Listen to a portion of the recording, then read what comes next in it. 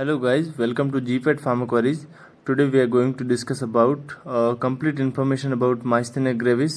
इसमें हम diagnosis, treatment, इसके symptoms and what is autoimmune disorder इन सब के बारे में पढ़ेंगे. तो आई एम श्योर अगर आपने पूरा वीडियो देखा तो आपका कंसेप्ट बिल्कुल क्लियर होने वाला है और आपको कहीं से पढ़ने की ज़रूरत नहीं पड़ेगी इसको.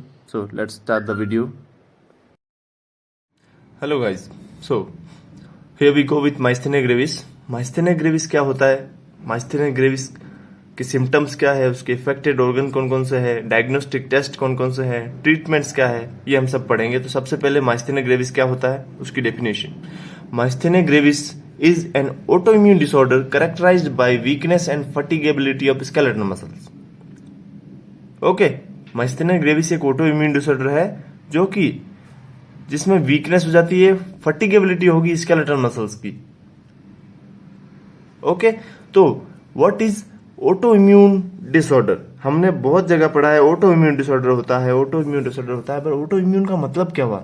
देखिए, सबसे पहले ऑटो इम्यून मतलब अपनी इम्यूनिटी क्या करती है. कोई भी बाहर से एंटीजन आता है, कोई भी आक्रमणकारी, एंटीजन को आक्रमणकारी कह सकते हैं, बाहर से एंटीजन आता है तो उसके खिलाफ एंटीबॉडी प्रोड्यूस करती है ताकि उसको डिस्ट्रॉय कर सके, उसके खिलाफ लड़ सके, बॉडी को प्रोटेक्ट कर सके. ऐसा ही ऑटो इम्यून का मतलब ये होता है कि अपनी एंटीबॉडी, बॉडी का इम्यून सिस्टम किसी बॉडी के ही कोई सब्सटेंस को एंटीजन समझ लेता है, बॉडी के ही किसी सब्सटेंस को एंटीजन समझ के, आक्रमणकारी समझ के उस पर अटैक करना स्टार्ट कर देगा, उसको डिस्ट्रॉय करना स्टार्ट कर देगा. ऐसे ही इसका एक एग्जांपल है माइस्थेनिया ग्रेविस, जिसमें एसिटाइलकोलिन कोलिनर्जिक सिस्टम का निकोटिनिक रिसेप्टर के एनएम रिसेप्टर को अपनी एंटीबॉडी डिस्ट्रॉय करने लगती है. तो जब एनएम रिसेप्टर कम हो जाएंगे तो ये डिफेक्ट आता है. देखो, ऑटोइम्यून डिसऑर्डर क्या होता है, disease in which body's immune system attack on healthy cells. Body का इम्यून सिस्टम अटैक करता है किस पे, अपनी हेल्दी सेल पे. Okay, myasthenia gravis caused by decrease in the number of post synaptic acetylcholine receptor neuromuscular junction. देखिए, ये कह रहा है माइस्थेनिया ग्रेविस किससे कॉज होता है, एक एसिटाइलकोलिन के न्यूरोमस्कुलर जंक्शन पे जहां एनएम रिसेप्टर होता है, निकोटिनिक रिसेप्टर.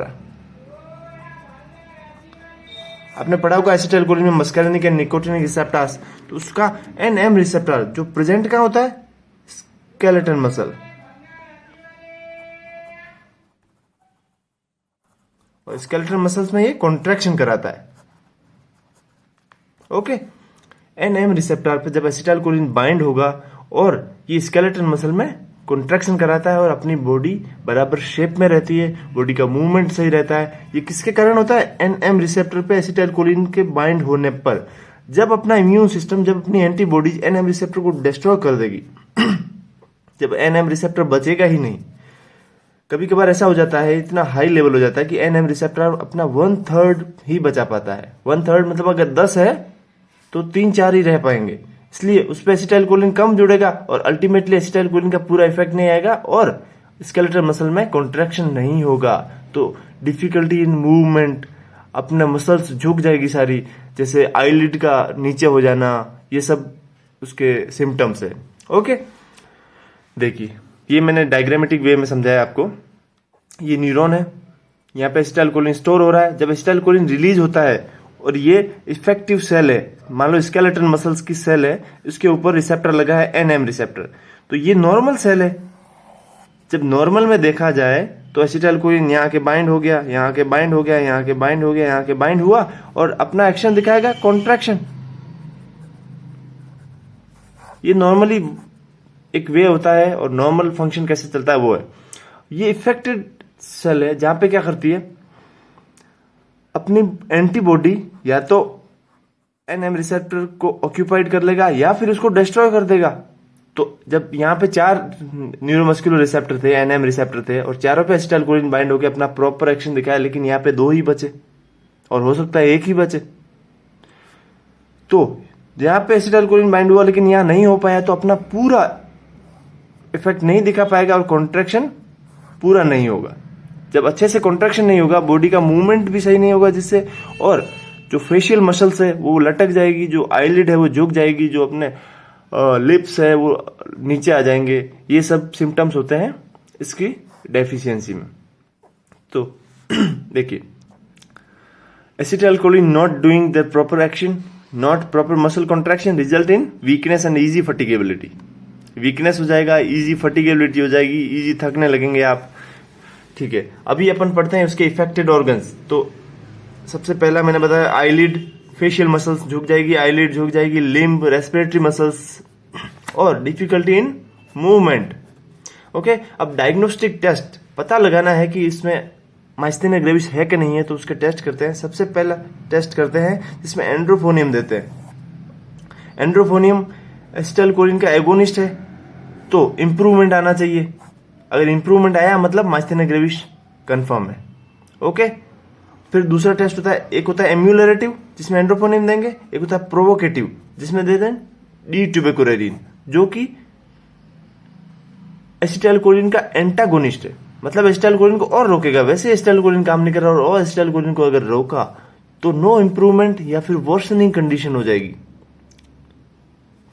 इसका मतलब भी माइस्थेनिया ग्रेविस कंफर्म है। ये रिस्की है क्योंकि एक तो एसिटाइलकोलिन वैसे काम नहीं कर रहा, अगर माइस्थेनिया ग्रेविस उसमें हुआ और अपन एंटी कोलिनर्जिक दे रहे हैं तो वर्सनिंग कंडीशन हो जाएगी। ये रिस्की रहता है, इसलिए ये ज्यादातर यूज नहीं करते हैं। एम्यूलरेटिव टेस्ट इंपॉर्टेंट है, जीपेट में कई बार क्वेश्चन पूछा जाता है कि डायग्नोस्टिक टेस्ट में कौन कौन सी ड्रग्स यूज करते हैं। तो एम्यूलरेटिव टेस्ट में the edrophonium and provocative test में डी ट्यूबेकुरेरिन। देखिए, अभी ट्रीटमेंट देखते हैं। तो या तो अपन क्या करते हैं, यहाँ पे क्या हुआ, उसने न्यूरोमस्कुलर एनएम रिसेप्टर था, उसकी साइट को ऑक्यूपाइड कर दिया। तो जितने पीछे एनएम रिसेप्टर्स बचे हैं उन पे एसिटाइलकोलिन फुल्ली बाइंड हो, इसलिए अपन एसिटाइलकोलिन की प्रेजेंस को बढ़ा देंगे, अवेलेबिलिटी बढ़ा देंगे। तो सबसे पहला एसिटाइलकोलिन को बढ़ा देते हैं जिसमें हम न्यूस्टिगमिन देते हैं। The most important question for GPAT is neostigmine is the first line drug of myasthenia gravis. Okay, जो एसिटाइलकोलिन की प्रेजेंस बढ़ा देता है, और अगर स्टार्टिंग फेज है माइस्थेनिया ग्रेविस की तो ये काम करती है ड्रग। नेक्स्ट, अगर रिसेप्टर्स बचे ही नहीं है तो कितना ही माइस्थेनिया अपन एसिटाइलकोलिन बढ़ा ले, लेकिन रिसेप्टर सैचुरेट होने के बाद, एक पोजीशन होने के बाद तो वो वहां पे नहीं जुड़ पाएगा। इसलिए अपन क्या करते हैं, इम्यूनोसप्रेसेंट देने पड़ते हैं।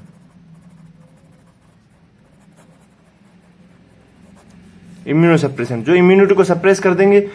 जो एंटीबॉडी अपनी इम्यूनिटी अपने ही ऑर्गन के साथ अटैक कर रही थी तो इम्यूनिटी सप्रेस कर दी, तो वो उसके साथ इतना डिस्ट्रॉय नहीं कर पाएगी। तो इसमें हम कॉर्टिकोस्टेरॉइड देंगे। और थर्ड, हम अपनी प्लाज्मा एक्सचेंज कर लेंगे, प्लाज्मा रिन्यूअल करेंगे। मतलब प्लाज्मा में जो एंटीबॉडीज है वो हटा के दूसरी प्लाज्मा डालेंगे जिसमें एंटीबॉडीज नहीं है। प्लाज्मा रिन्यूअल कहते हैं, प्लाज्मा फोरेसिस। ओके, तो ये हो गया इसके टेस्ट, ट्रीटमेंट, टेस्ट, उसकी theory. Thank you so much. Hope you guys understand the concept. Thank you for watching the video.